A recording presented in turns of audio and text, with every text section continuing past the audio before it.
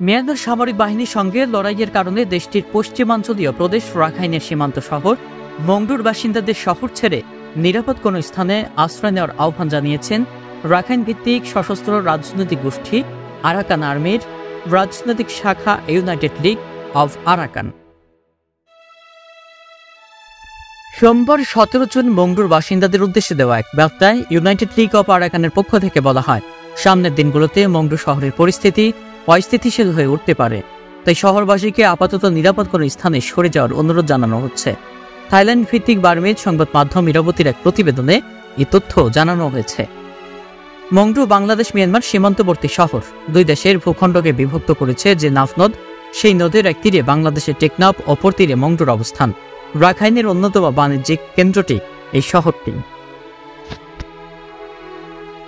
মিয়ানমারের রাখাইন রাজ্য শহর রয়েছে প্রায় 17টি, এর মধ্যে 9টির নিয়ন্ত্রণ নেওয়ার দাবি করেছে আরাকান আর্মি। গত বছরের নভেম্বর থেকেই রাজ্যটিতে জান্তা বাহিনীর সঙ্গে তীব্র লড়াই চলছে তাদের।